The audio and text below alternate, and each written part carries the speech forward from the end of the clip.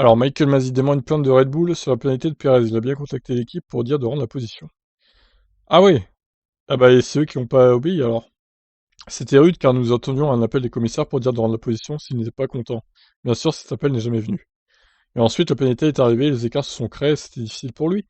Il a disputé une belle course, et troisième en piste, cinquième au classement, c'est un résultat décevant. Alors, il a dit quoi, Michael Masi? Il a répondu à cette déclaration de Horner en assurant tout simplement qu'elle est fausse. En effet, selon l'Australien, la conversation a eu lieu et n'a pas été prise en compte par Red Bull. Non mais sérieux, mais qu'est-ce qu'il vient mentir, Horner? Mais c'est quoi ce menteur de merde là? Le mec, il dit qu'il a pas été appelé. Non mais c'est scandaleux quoi. C'est incorrect, ils n'ont pas demandé à la direction de course.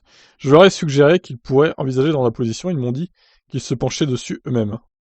Michael Masi explique qu'au moment de juger une situation, la direction de course, il évalue dans son ensemble. Ça permet de voir l'action en elle-même, mais aussi la décision de l'équipe après le dépassement litigieux. Nous examinons l'obtention d'un avantage durable de manière globale. Ainsi, on regarde où la position est rendue.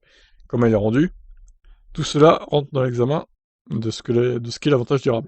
Si vous êtes arrêté juste avant une zone de détection de DRS, que vous avez laissé passer quelqu'un et que vous l'avez suivi directement, cela sera probablement considéré différemment que si vous avez lâché 3 ou 4 virages avant.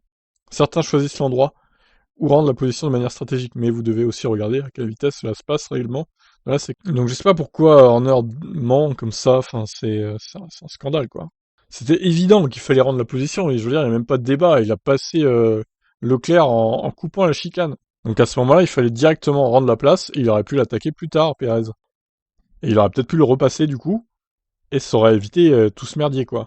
Bref, encore une fois, Red Bull, étonnant, étonnant. Je ne dirais que ça, pour pas être méchant. Je vous laisse réagir, ciao.